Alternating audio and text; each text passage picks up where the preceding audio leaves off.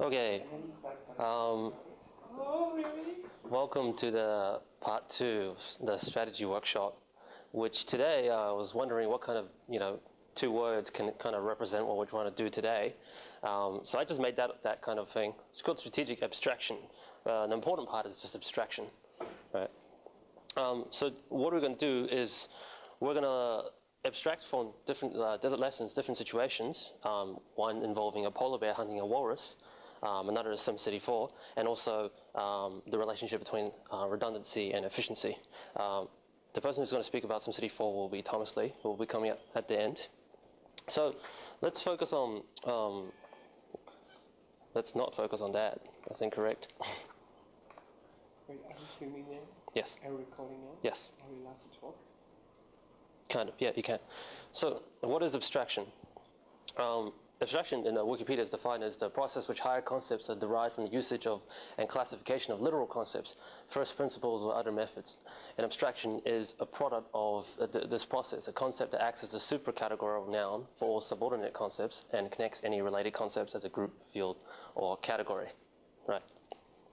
So why is this important? Damn it. There we go. Understanding strategy requires abstraction. The ability to take lessons and concepts from different situations and be able to apply and adapt it to even more different situations. This is what allows you to be fluid and formless in your methods. So when you abstract these lessons out of all these different situations, don't ever confuse them with solutions. They're not really solutions. They're just arguments. They're interpretations of various events that just simply happen. And so when you try, if you don't learn and to abstract from different situations, you eventually become rigid in your methods. Your methods is essentially how you do something. And if you become rigid in what you do, you eventually are susceptible to dynamic weakness. So what that means is that over time, any kind of rigid strategy or any kind of rigid tactic always has a weakness in some way. So, yeah. And so that's strategic abstraction. And so we're going to take a look at a polar bear hunting a walrus. My understanding of strategy actually doesn't come from business, but it comes from military history. So the foundation of my knowledge in terms of describing strategy to you guys will be very combative. It will be basically involving a lot of military metaphors. And of course, if you guys are more interested in business case studies, I invite all of you guys to come up and discuss your own kind of ideas on strategy when it comes to business. But when I talk about strategy, I'll often use a lot of very military maneuvers. So, polar bears hunting walruses. We're going to start with two things. It's foresight analysis and hindsight analysis. Foresight analysis, we're going to take a look at a video of a polar bear, given a bunch of variables, think about what the polar bear might do in order to hunt a certain walrus. And then we're going to watch the whole video, and then let's see if we can compare whether your foresight analysis matched up with the hindsight analysis.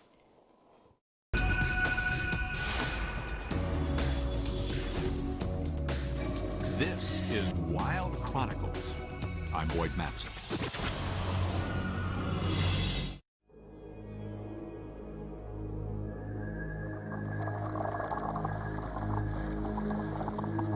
In the eerie twilight of the far north, bone-cracking cold spawns groaning fields of ice and obscures the closely guarded secrets of a titan.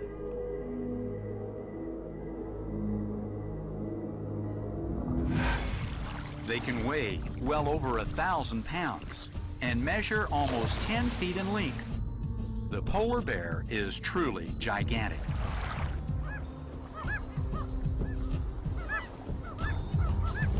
But the tide of history may be turning against this fierce hunter.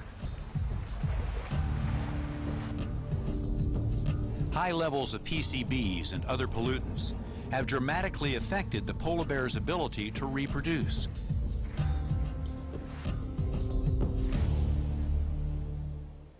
As the ice cover in the frozen north continues to shrink, the amount of territory available to these bears and the amount of time that they have to hunt on the ice pack also decreases.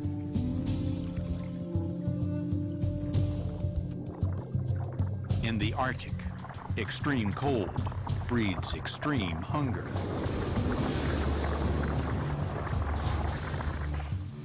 The walrus, with its tusks and whiskers, is instantly recognizable and can outweigh the polar bear by more than 1,000 pounds. Bulky and often bad-tempered, they look invulnerable. And to take on a herd of these giants requires ingenuity. By the end of summer, the Arctic sea ice has retreated, leaving the walrus herd to search for a safe haven on land. An enormous dominant male makes a fateful decision, ponderously hauling out onto the sea-slick rocks. The rest will follow.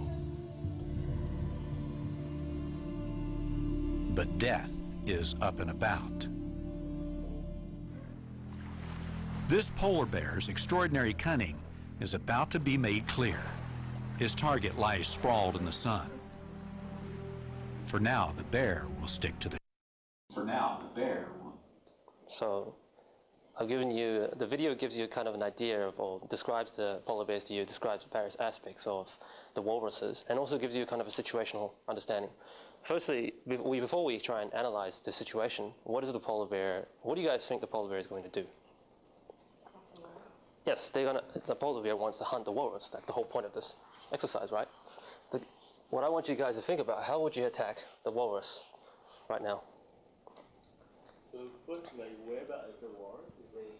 So the video showed you guys that, that they were on the same island. So this camera kind of panned to this guy who's on top of these guys. So they're on the same kind of little island here. And so let's kind of just draw the situation here. So this is the island here. And this is kind of a rocky side. And this is the bunch of walruses. And they're all around here. This is kind of a flat center, you know? And the polar bear is kind of up here, and he's at a high elevation point. So that's kind of the island right now. This is the polar bear and the walrus. Yeah. Any ideas? What I think was like is it might go to the sea, so the walrus don't sink. Right. So you're saying that it will go to the sea? Yeah, but not letting the walrus sink, so probably will take a path that the walrus can't sink. Right. So you want to do, Maybe a slightly detour. you want to do a flank, Yeah, and then and you want to do stealth. You say. go from the sea, because then that way the same color sword as the polar bear. What happens afterwards? So to flank it, what he does. So at this time, walrus haven't noticed the polar bear. Right? Yeah. So then I from the sea, so swim closer and closer. What would that do? How fast can polar bear swim? You're making quite good progress, actually. Is it any other thing? Is that all the polar bear is doing? Flanking? It's what the one that good. So you Attack from the water, but attack who runs it. stragglers. Yeah. So Straight. attack the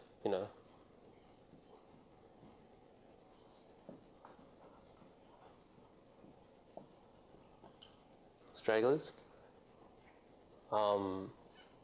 Get the babies. Babies. The babies. Straggler babies.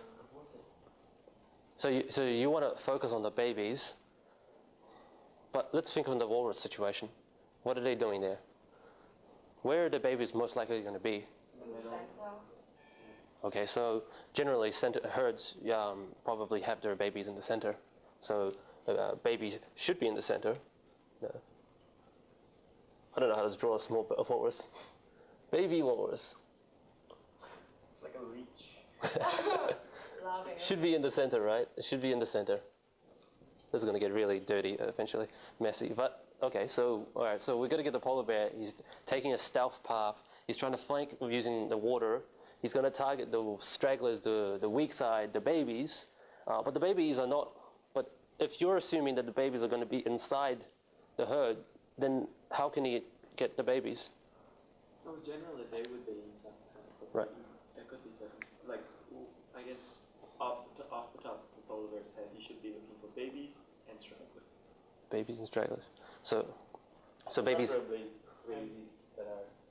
And also, they are kind of like climb like a cliff or like a wall, so they, all their strength they use will climb over and Right. So there's a bit of a timing here. Timing involving like they're tired from climbing up.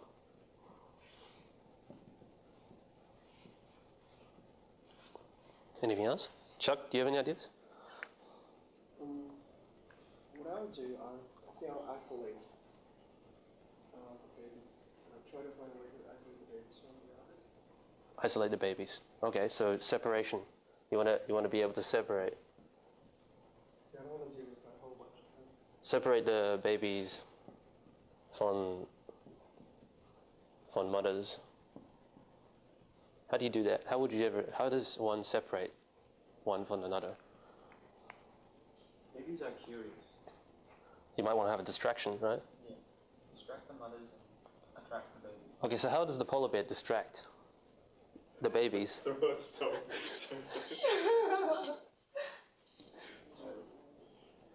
One of the most key important things you have to remember is that when you're thinking about how you can do something, you need to think about your resources and your capabilities. Does a polar bear have the ability to throw a rock? So although if you were a human being that you might be able to do that, but the polar bear does not have opposable thumbs, right? You got to. Think about the polar bear's capabilities. Okay, so we've got a general idea of what are we going to do in a macro perspective. Let's take a look into the micro perspective. What happens when he actually gets there? If we're assuming that he's flanking, does anybody have any other suggestions of what else the polar bear could do other than flanking? Only one, right? Yeah, there's only one polar bear. You could do a direct attack from up He could do like a kamikaze. by all those normal warriors. Kamikaze! He could direct attack, right? But that doesn't probably doesn't work really well. But okay, so let's move on from the whole macro perspective. So when he actually in the water and gets in here and lands, what does he do? I don't think What? He's gonna bite. people will want to do a surprise attack, want to hide it for as long as possible.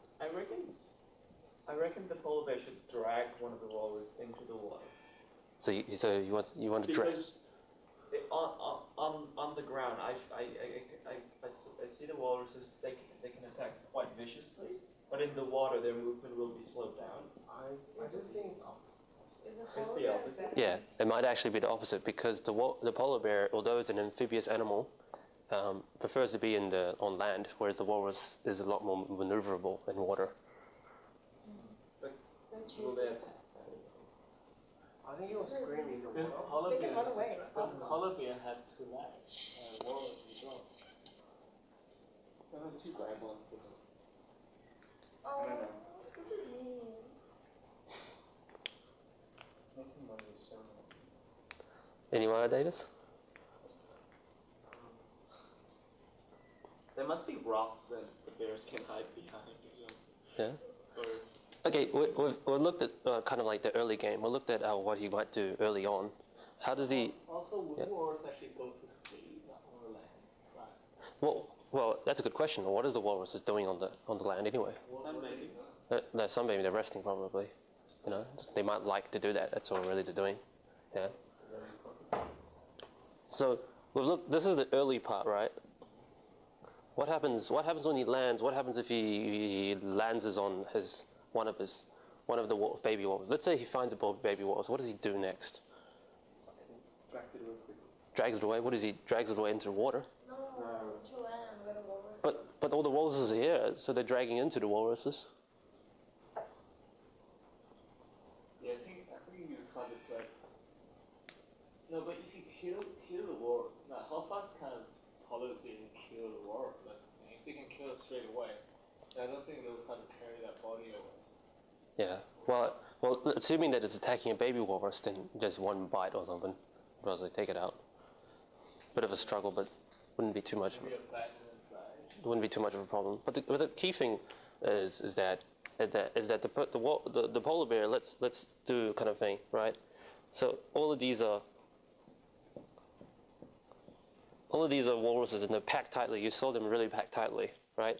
The polar bear comes up here, right? He gets on, attacks one of them. But imagine yourself, if you were going to do an attack here, you're going to be surrounded by walruses. So you preferably you attack the corner ones. Sure, you want one attack the corner ones, right? This is assuming the baby or whatever the target is on the coast, because the key thing is here is that you can't really attack the center, can you? There's too many big walruses. In fact, you saw the first video, you saw the male walruses get on first. Most likely, the male walruses are probably here. Oh yeah. It's a terrible idea. Male walruses are here, right? So there's obviously maybe, I don't know, maybe not males, but not necessarily babies either over here. But he can't really attack the center. He can't attack really the front. He's going to only attack the back. But if he attacks the back, he's surrounded by, the center and outer part of the walrus. What will we do? Are you guys stumped? Do you guys want to move on? Did you see the answer? I'll say can you attack the corner one? I reckon that was really better. Yeah. Corner? This kind of matches up with kind of the stragglers, right? Get the ones who are a little bit more further away from the center, right? Yeah. The polar bear runs away. Well, how much stuff like polar bear carry? Okay, let's have a ambitious. All right, let's take a look. Shadows. He begins his descent from high up on the rocks, at first moving away from his prey. He has chosen a difficult and precarious route, but the bear is careful and deliberate.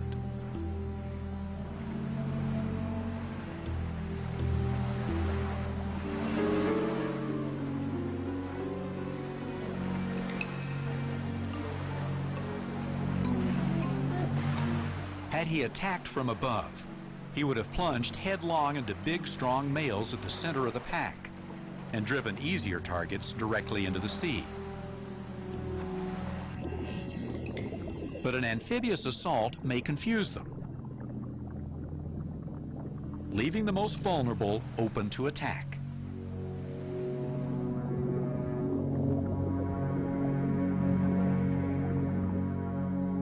The bear is taking an enormous risk. Walruses are big and dangerously powerful. But on the polar bear side is the element of surprise.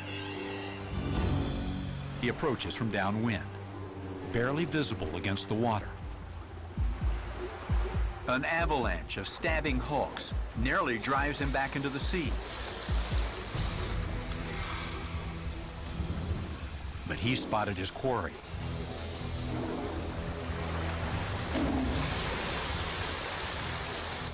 The mother struggles mightily to her calf's defense. Yet there's nothing she can do to save the young walrus. Panic ripples through the herd, sending mothers and calves tumbling into the sea. The herd watches from the water, safe in the knowledge that the bear will not attack them here. Then within minutes, panic turns to indifference. The males resume basking, just a few yards from the bear, the loss of a young life forgotten. Perhaps the bear has hunted this way before, year after year, refining an audacious technique. Or maybe it was just a clever predator's inspired moment. In the end, this giant male took on an entire walrus herd and came away with a hard-won meal that will help him survive another winter. Check for wild chronicles on your local. This video is actually really good. I found it about a couple weeks ago, and actually you can learn a lot of things from this one video of walruses. And so you can see that what we did just then actually, they majoritarily kind of matched up to what the polar bear ended up doing. we'll get to the problems of anachronism, strategic anachronism with hindsight analysis and foresight analysis. But first, let's take a look at the exact kind of things that I prepared earlier about what this walrus was actually doing. I mean, what this polar bear was actually doing. Okay. So the first one is obviously flanking. Now, problem with flanking, right? There is a problem with flanking. Do you guys know what the problem with flanking is? If you ever try to flank a formation. Flanking means? Flanking, okay, so flanking comes from back in ancient times, people would fight in the big line formations, right? In terms of the Greek armies, you would have phalanxes, but there'd be a lot more space in between, but essentially spears pointing out, spears pointing out, spears pointing out, right? And then the other person would also have a corresponding line. This was the day before guns, but the flanking is still used in modern warfare. So the idea is that this is the attacking line. So you could kind of say that their direction is this way, right? So flanking would be to attack or to either on a lateral direction or from behind. That's what a flanking is. If it comes from this side, it's a flank. If it comes from that and behind, it's also a flanking. So both ways are considered flanking. Now, so imagine yourself as, let's say you were in an army in ancient days, 2000 BC, and you were tasked with to flank the battle line of, I don't know, the Persian army. Let's say you were tasked by Alexander the Great. This is actually a classic move by Alexander the Great. If you take a look at the Battle of Guatemala, and you were tasked to flank there. Now, let's say you were given a choice of what you could bring, how many men you could bring, what kind of weapons you're going to bring, what kind of animals you might use. What would you pick? Well, and why would you pick it? Think about what it takes to flank. So first you need to be quicker than the other first, otherwise they redirect it. You need speed. But let's say you don't have speed. What happens if you don't have speed? How can you make up for the lack of speed? Element of surprise. Surprise? How do you get surprise? What? You hide, stealth. You have the stealth capability, right? So you can have speed or stealth, or you can have both. At any case, you need to have greater speed or greater stealth, so much so that the enemy is not able to react to you. Because if the enemy is able to react to you and see you kind of slowly plodding by, it'd be able to just adjust the line so then your flanking is pointless because then you're attacking straight up, right? So the only time flanking is useful is when you have enough speed so that they can't react, or enough stealth so they don't even know that you're even doing it, right? But one thing is not an important part is that flanking makes you vulnerable. If you start, the moment you start trying to flank, you become a vulnerable target. You get separated from the rest of from the rest of your group. So flanking itself, it may be an offensive maneuver, but it's also a risky maneuver. It's a risky maneuver, and so the only way you can reduce the risk of the maneuver is through speed and stealth as well. So that's kind of confirms the maxim of like a good defense is a good offense as well. So how did the polar bear have speed, or did the polar bear have stealth? Yeah, it uses stealth. How did it get stealth? Did it activate its cloak devices? Obviously not. It used the environment, obviously. It used the environment as part of its stealth capability. So this is really important because the concept of flanking depends a lot on not only what your enemy is doing, or the way they're thinking about, is also the terrain of it. So, for example, if there was a big mountain here, you're not going to be able to flank, are you? But obviously, if you had, but then again, if you had aircraft, then obviously you would negate the terrain advantage of mountains here. And so, one of the things we saw on the island was that it gave there was a big defilade. Defilade is another name for cover that allowed the polar bear to use it to stealth. So it used its environment as a part of the stealth. The second part was like focusing on the weak. Now, weak. What can you tell me? What weak things there were in the video you just saw? What were the weak things? So the polar bear focused on the weak. You said babies, right? So baby was.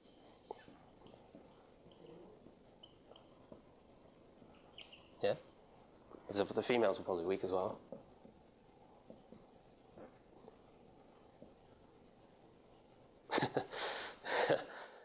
Just think about this animals, not humans. But okay, so what else was weak though? It was more than just the target itself. The mouth is slower. Yeah, see, that's all parts of the weakness. So there's the males are slow. Are they just slow or they don't care? We'll get onto that later, but we could see that they didn't do much, did they? But what else was weak? It was weak. Have you ever guys heard of the path of least resistance? Path of least resistance. Think of water. Water flows down a waterfall. Water always takes the path of least resistance, right? Electricity, the greatest current goes towards the path of least resistance. It's always the path of least resistance that they take. What's the path of least resistance here? Well, it's not just the target, it's not just the endpoint. Endpoint is weak, yes, but also the route he took was weak as well, unguarded, unscouted, except for that one walrus that met the polar bear. Yeah, so the path he took was also weak in the sense there was no protection against the polar bear to take that path. But except for that one walrus that you saw. But we'll get onto that specifically because that's a special case. Next part is obviously scouting and observation. The polar bear did take into account into looking at the enemy and also himself. So he understood he has amphibious capability. He also understood that that walruses are better in water than they are on land. So another interesting thing is that, did you pick up on the orientation? During the start of the video, it said the summer has ended. That's time of when the summer has ended, all the icebergs have ended, also melted away, which means the only things that the walruses can land on when they want to rest is rocks. Think about this is even more macro than the current situation. The idea that polar bear might have known to be at a permanent rocky settlement instead of trying to look for some icebergs. So that itself is a form of strategy, putting yourself in a better position, an advantageous position. Here he put himself in a position where, assuming the polar bear knew about this, he knew that the walruses would eventually come to him. So he didn't need to seek the walruses out. He just had to wait at a rocky settlement. So that's a really important aspect, because if you read The Art of War, understanding the time and weather is incredibly important to how you plan out your activities. Another important part is the idea of haste. Amphibious operations are very based on one of the most complex operations in modern day history. So when you're on the beach, and if you ever attack from the beach, one of the key things is to get off the beach as soon as possible. Don't dwell around on the beach, because at the moment, the longer you're on the beach, the more vulnerable you are. This is only true for land animals. For certain animals, and of course, assuming from the human perspective, you're much weaker on the beach than you are on land, because the beach has less defilade, and also you're much slower. The sand doesn't allow better traction. The water also slows you down. I'm actually talking about the Omaha beach landing, the one that the US did when they landed in Normandy during World War II. But for the polar bear itself, he essentially utilized haste in order to, he didn't dawdle around on the beachfront. He attacked, he quickly did it, and he tried to get out of the water as much as possible. Number 7 is also another very important thing. This is actually taken out of War as well. The polar bear knew when to stop. He was not tempted by small opportunities. One of the key things of the Art of War says is really important, is that you can goad an arrogant enemy by offering small victories to distract them from the bigger picture. What that means is that if your enemy is arrogant, it's oftentimes, from a military perspective, your enemy could be arrogant, but also even in a business perspective, in a game perspective, maybe you just don't like somebody, and they're arrogant, you can offer small victories to distract them, and so that you can actually execute a better picture. So the polar bear obviously was not distracted by the other small babies flying around. He went for the target, that's all he needed, and he went for that one. That number 8 is called shock and awe. Has anybody ever heard of this term? You heard of it? Right, so shock and awe is the modern land war doctrine of the American Army, used in Iraq War and Afghanistan War. The idea is basically you take control of the battlefield very, very quickly, overwhelming firepower. You destroy the enemy's command and control systems. What is command and control systems? You guys understand what I mean by command and control systems? So in modern day militaries, we often have systems which manage our command and control. So that could be a satellite, that could be one of the commanders in his big, command base with all his electronics and computer monitors monitoring where all his troops are going, how much logistics are there, and blah, blah, blah. Command and control involves mainly two things. The people who are in high command and the technology they use to help them to command. If you neutralize the technology, because we rely on such technologies these days, then the command and control is neutralized. So more the control, then control is neutralized. But if you neutralize the people who are in the top command, then you neutralize the command. Either way, without command, they can't control. Without control, they can't command. How does this apply to the polar bear doing this? Right.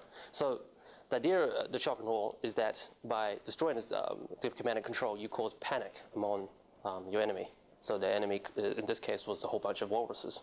I'd asked you before on a Foresight analysis that when the polar bear arrived on the beachfront, he was surrounded by walruses, right? So if the walruses all stacked up and decided not to leave and decided to have a unified front against the polar bear wouldn't have been able to attack the baby at all. If they stood their ground, if they unified together, the same concept actually applied to cavalry charges. One of the most interesting things about cavalry charges is that if your men stand together and they don't waver, they don't run away, and they present a wall of spears against any cavalry charge, no cavalry charge will ever or succeed. The horses will never run into spears willingly. So, what's that? Did you have a question? All right. There's a thing called hedgehog defense. That's a modern term, but another much more ancient term comes from square formations. The idea is that this was actually formulated during around the 17th, 16th centuries. And the idea is that rather than having one big line, which your cavalry can attack with here or here, and then your line breaks and they all panic and run away, is that you cut your formations, not by pointing forwards, but by rather doing a square formation. Essentially, you're presenting spears or your guns at each side. And what they would do is they would have multiple squares. Essentially, each square's flank here, the points of weakness, are always protected by another square, so resulting in a kind of an echelon formation. What that meant is that their cavalry would always, when they did a massive cavalry charge, it would run across all the cavalry. That's all they would do. They would never actually ever attack a square. And so square formations was formulated as a defense against cavalry charges. How does this apply to the polar bear and the walruses? If the walruses had kept up their formation in the sense of keeping it tightly packed, not trying to panic and run away, the polar bear would not have been able to attack the baby. And you could see from the video that the person did say that the polar bear almost lost his footing, almost went pushed back into the water because of the amount of walruses that were there. Now, in order to break up a formation, like Chuck said about separation, you could do a distraction, or you could destroy the command and control systems. Now, obviously the walruses don't have command technology, they don't have control technology, but you could say they might have a command. Some of the male walruses probably were indifferent to the baby walrus. In that case, their command was pointless, it's useless command. But the important part is that there was so much shock of the polar bear coming from the amphibious operation, taking so much haste, using stealth, using the flank, that he caused panic, ripples of panic across the entire formation of walruses. So much so that everybody just tried to run away. Nobody thought that they could work together and actually stand against the polar bear. What this is equivalent to is essentially a form of terrorism. The polar bear is a terrorist. The polar bear has executed disproportionate impact on a small violent act, otherwise known as a propaganda of the deed. This causes a rolling flank, a cascading failure, which disrupts command and control, and essentially is a description of a faster OODA loop of the polar bear. Do you guys know what I mean? Any questions about that? OODA loop. If you had watched part 1, OODA loop is described as basically a decision cycle, observation, orientation, decision, action. So anything you do, any activity cycles through an OODA loop. If you have a faster OODA loop than the enemy could not just not another person, but also a situation, a force, any kind of thing, means that your ability to decide and act upon any kind of situation is faster than your obstacle, and therefore you can actually cause chaos to their ability to react. So essentially what it means is that you're being proactive. You're being proactively proactive, and by having a faster OODA loop, you are making your enemy react to you. Because the faster you do it, that means that they can't decide. They take an observation, then they move on to the orientation, and by the time they try and decide, the observation has changed already. The situation has changed so fast that they need to reorientate themselves, redecide, but then the observation has changed again.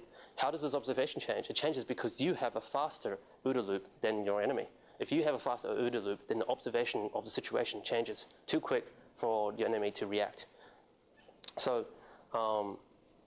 does anybody understand when I say about what a rolling flank is? Otherwise known as a cascading failure in scientific terms. Okay, so oftentimes what would happen within a flank is that if this was enemy line and you had your cavalry charge attacked on this side and attacked this flank side, this would defeat each one. This would run off, and then this would cause panic, rippling panic across the whole entire line, which would make each one run off. That's called a rolling flank because you're rolling up the flank, and it's a form of cascading failure because the first failure causes the second failure, the third failure, because each person's morale within the formation is statistically dependent on the other person's morale. For example, if you were the only person in the battlefield, and you had 100 horses charging at you, you'd be scared shitless, But if you had 100 people next to you, then you wouldn't be as scared. But if you start seeing people running away, then you're going to start running away as well.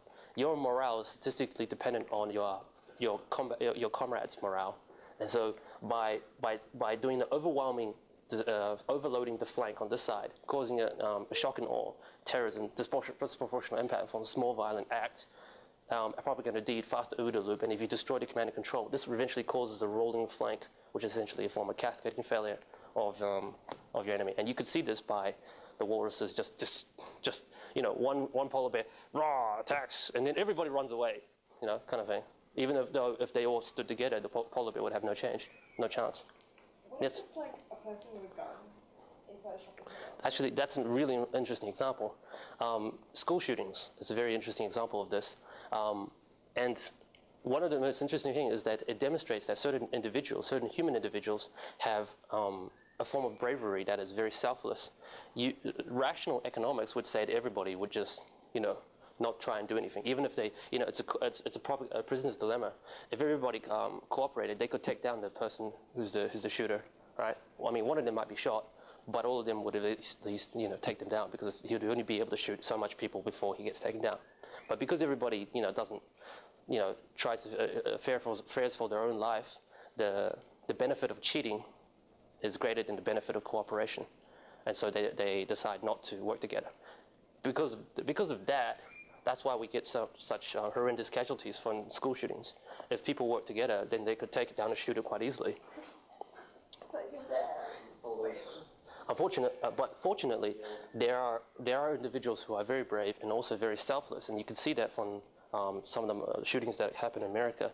Certain individuals do sacrifice themselves to take down the shooter, but the problem is that if everybody did that, then it would be easy, really easy to take down a shooter. Well, unless of course he had a tank or something. But that's a totally different situation. You need. And also that would deter the shooter in the future as well. Exactly, that would really deter the shooter. Yeah. Yeah. You don't reconcile. Well, he was really focusing on the immediate problem. I'm more like, what are the root causes of those shootings? Oh, right. Yeah. No, well, this is more of a hard counter than a soft counter. And of course, the last one I really quite like is, that's not the last one, the second to last one is not blocking the escape path. not only did he take the path of least resistance, he also created a path of least resistance. If you want your enemy to fail, then let him fail easily. This is the same concept in arguing. If you're going to argue with somebody, if you're going to debate with somebody, don't press on when you win, right? Don't make him feel bad about himself. Let him fail easily. Let him save his face. Similarly, if you're gonna attack and hunt a walrus pack, you're not gonna block the escape path, right? Your objective here is not utter destruction. You don't want to kill every single walrus in the whole thing, so therefore you're not going to block and encircle them. You just want to attack one of them. You're going to let them all escape. Don't bother with the rest, right? This is also in the art of war. It's part of the sieging an enemy. If you're going to siege a castle, never block the escape path. Allow them an easy path of escape. By allowing the path of escape, it means that you're not cornering a rat. People who, when cornered and also given no chance of living, they will fight as hard as possible, regardless of what morale there is. One of the slightly more modern examples, Napoleon, what he would often do is he would there'd be a path of least resistance which allows your enemy to, which allowed his enemies to retreat. As they were retreating, what he would do is then he would use his light cavalry to take them down as they were retreating. And that's a lot more easier than surrounding them and using them as a full formation attacking. By allowing them to be retreating, there's too much panic, not enough command and control. And this is a very vulnerable formation. The column formation is a very vulnerable formation, allowing him his light cavalry to simply just, decimate the guys. It's pretty brutal. And the last one is obviously timing. That's a fairly simple aspect. One of the things that I wanted you guys to take a look at is, this was based on the network nodes theory, if you had taken a look at yesterday, is can you identify the crux, the system punk in the situation? So what is the system punk? System punked, should be a T there, is essentially the point of cascading failure. What is the situation, the action that resulted in all these things happening? In other words, what could the walruses have done, focused on, and prevented all of this from happening? Because a lot of those effects, 1 to all the way to 10, are dependent on each other. Like number 9 won't happen unless number 8 happens. Number 8 won't happen unless number 7 happens. What was the crux here? What was the crux of this event? I think it's over them not expecting such an attack. I think they felt too safe, being so clustered together, that they're like, nothing's going to happen to us, we're just going to lay there, and when something actually happens, they didn't know what to do.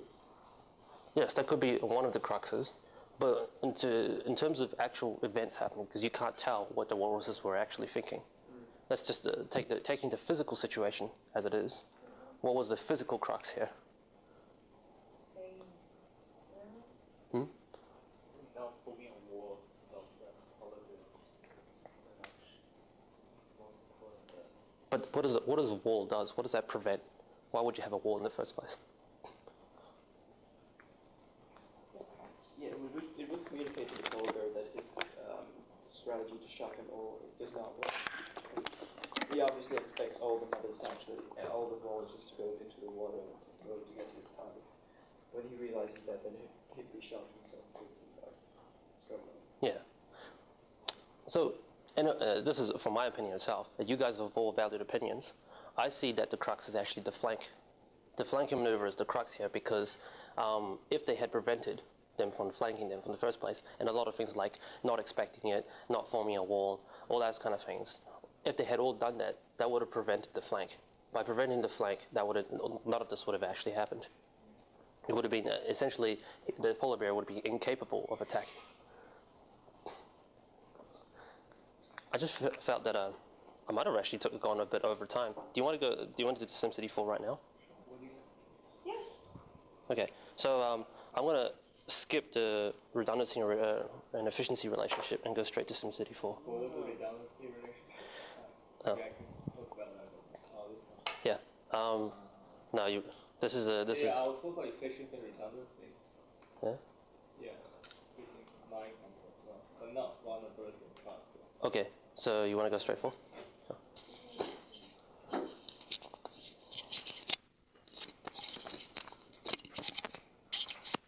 Click on here. Click on.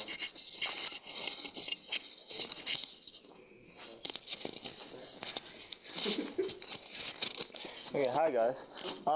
So today I'm going to talk about SimCity 4. So for those of you guys played this game before, it's about you as a Maya. Okay, let's get into the first slide.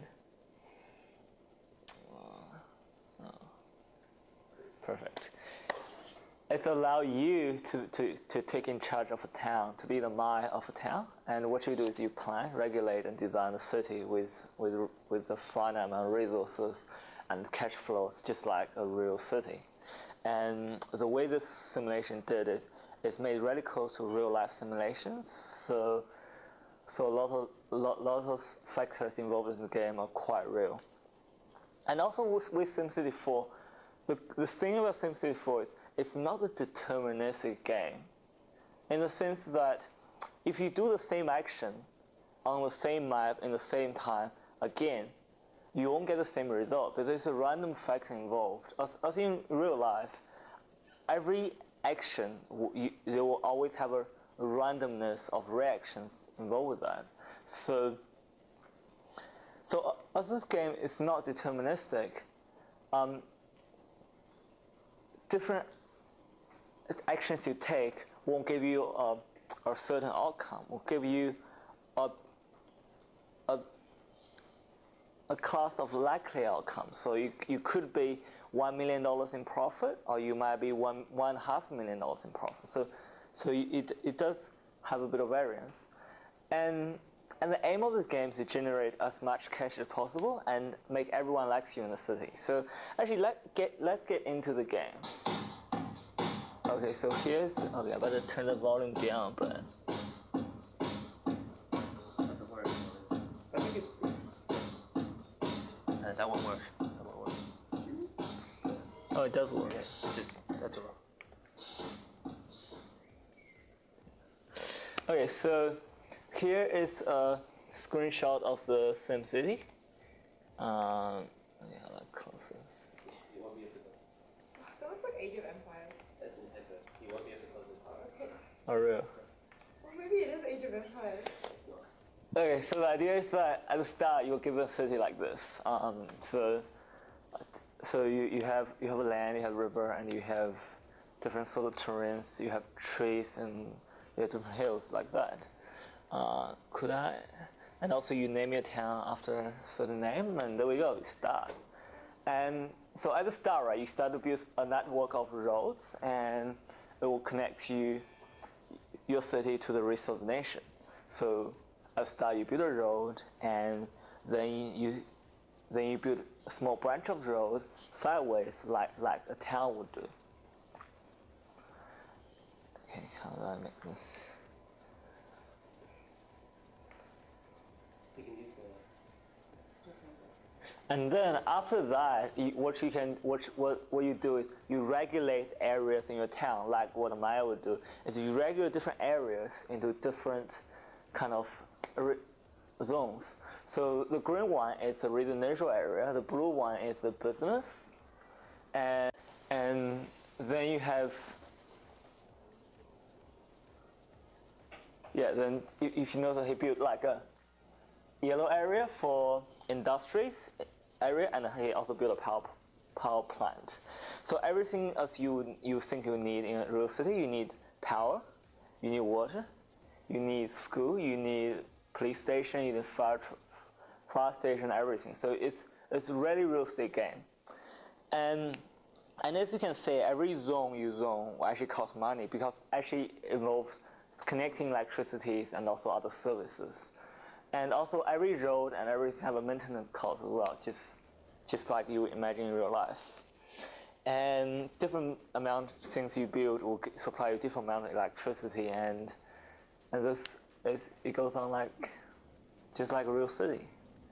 So as you can see, when you plant an area, it doesn't get built straight away. It will take some time for the investor to come in and build a house or build a mansion kind of thing. And so your city will gradually get built.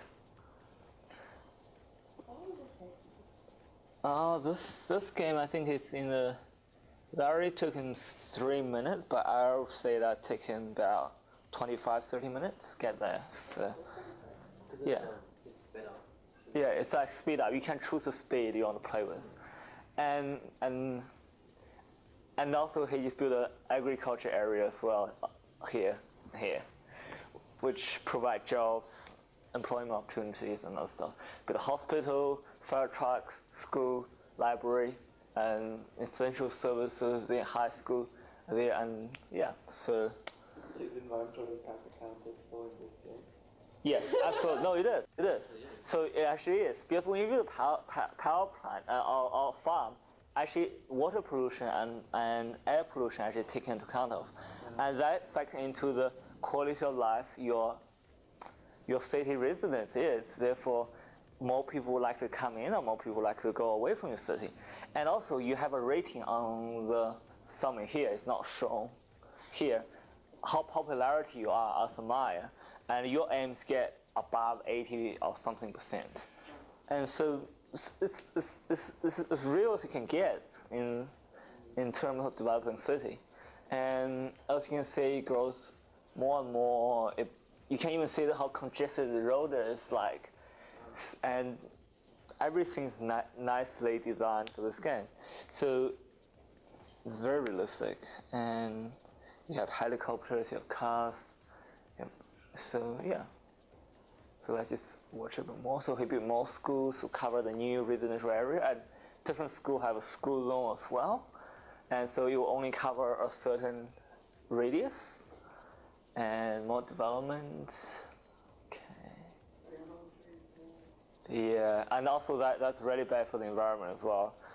When you cut down trees, your air like quality decrease, and also there's more water pollution. Because I played this game for 20 or 30 hours already, so I know what's actually happening. And you actually pick up those things fairly quickly after a while. And yeah, he's cutting down more trees.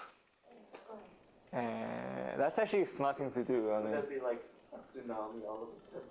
Actually, yeah, you can design different disasters on the city. So like on here, right? I don't know whether you can see. No, it's not here, but there's an extra menu down here that you can choose like a natural disaster, like alien abduction, or like a volcano erupting, earthquake, or like a flood. Like you can definitely design that in. And also I don't think this is the newest version. So I think this a SimCity Deluxe or something for after 4, and that's probably even more real. And this is a network of water pipes, and also you have to pay fees to maintain them as well. So that's, and also having water supply actually increases your population size, and also help your city develop as well. So, and also you can build railway networks, you can build monorails, you can build airports, and so yeah. So actually, I'm just gonna fast track this a bit more, and you can build bus stops, so people use less cars, so with less congestion, and also you can get an income from charging people as well. So yeah, and you can also build ferry ports, terminals. You can build parks to make your area more desirable, and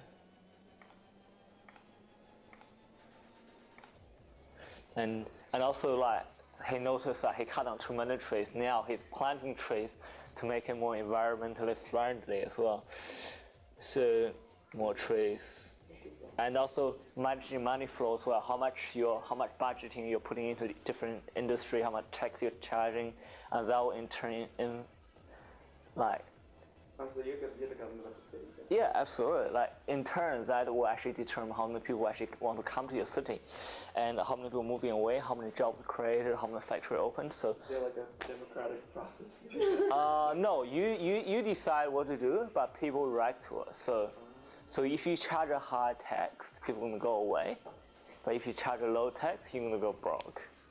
Simple as that. Yeah, so as you can see, a city is developed.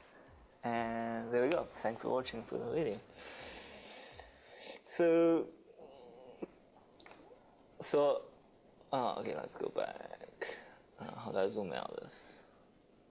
Okay, so basically this is just think this is a real city, pretty much. Okay, so what is my experience from this? Well, at the start, it's actually ridiculously difficult to learn at the start because you're putting in charge as a mile of the city. And there's so many different options you need to think about, and there's so many different things you could go wrong. But after like 5 or 10 cities, like you start to realize what are some things you need to provide, what are some things people would likely to make your city better, kind of thing. And you find out what each choice will actually impact you down the track, and you start to adjust them accordingly, which is good. So one of the concepts in this game is called optimal supply, which Roger didn't quite talk into that, but thanks for leaving me a gap. Firstly, optimal supply. So what sort of stuff do you need to supply for your city? Firstly, there's the essential services. You have the school, you have the fire station, police station, helicopters in the nearby area.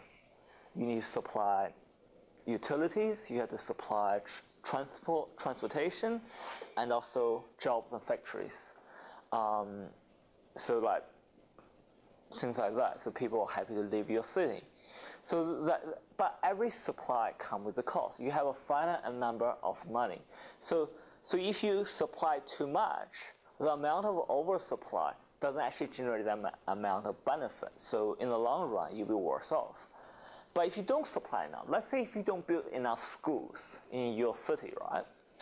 What will happen is people will be less educated. They can't find high-paid jobs. And in the long run, they'll be paying less tax. This is actually really nicely modeled because in your city you have an age distribution and the education level as well in different age groups. So it's really nicely modeled. So oversupply or undersupply would cause a dramatic effect into your city in the long term. So that's actually really important to think about, like when you play this game.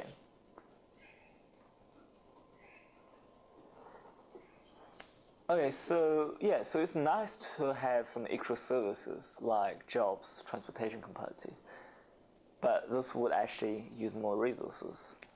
But however, like let's for example say you have no redundant supplies. Let's say for power stations, it's exactly the right amount you need for power. But in this game, as time goes, power stations have a chance of going wrong as well. They won't be supplying this amount of power for the whole time. So things might go wrong. So having no redundant supply would actually be bad as well.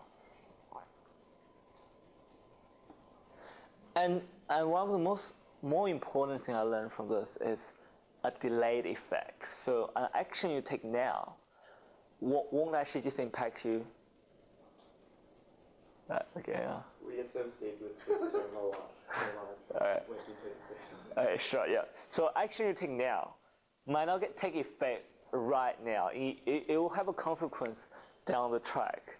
Say if you build a school or education, like your city would be more educated, therefore would earn more income 10 years down the track, therefore you get all your investment back.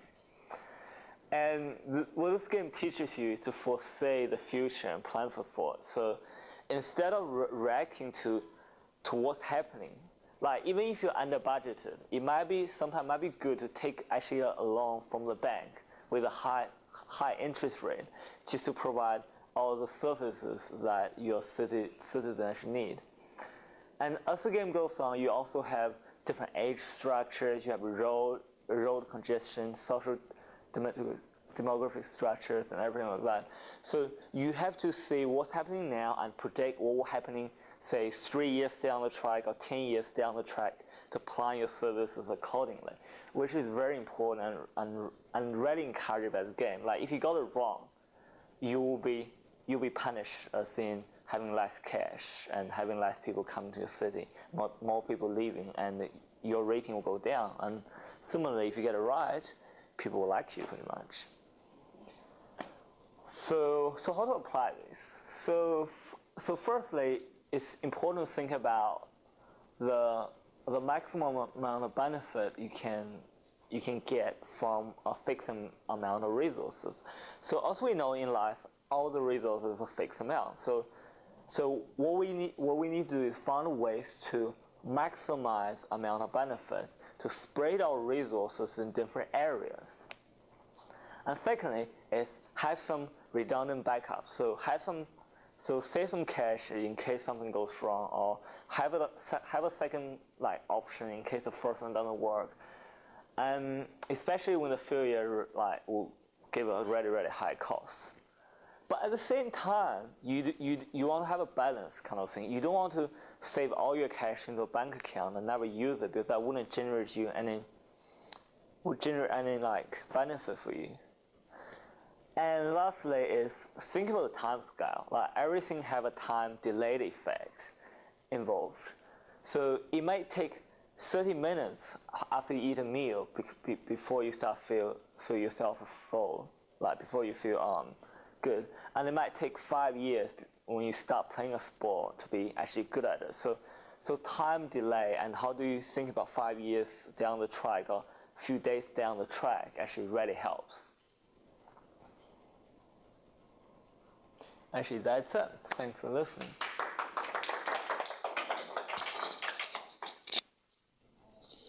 Yeah. Thank you, Thomas, for introducing us SimCity 4. One of the things I often say is that one of the best ways to study strategy is actually to play games. Games are kind of like maps.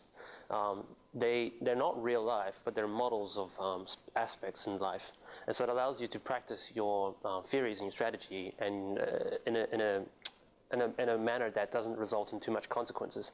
Like if I put you to the mayor of a city, right, in Canberra, you're going to start destroying buildings and building all sorts of things to try out how a good city will be. A lot of people's livelihoods will be destroyed. So, and also SimCity 4 is actually used by urban planning and architectural planners. Not this game specifically, although there are games which are designed to teach people architectural planning, urban planning, city design, which is more, they're more detailed, but SimCity 4 does introduce you to the concept, and obviously in SimCity 4 is a lot more fun than the actual ones that show you lots of figures, text, all that kind of stuff. I was meant to go through redundancy and efficiency, but we ran out of time regarding that. So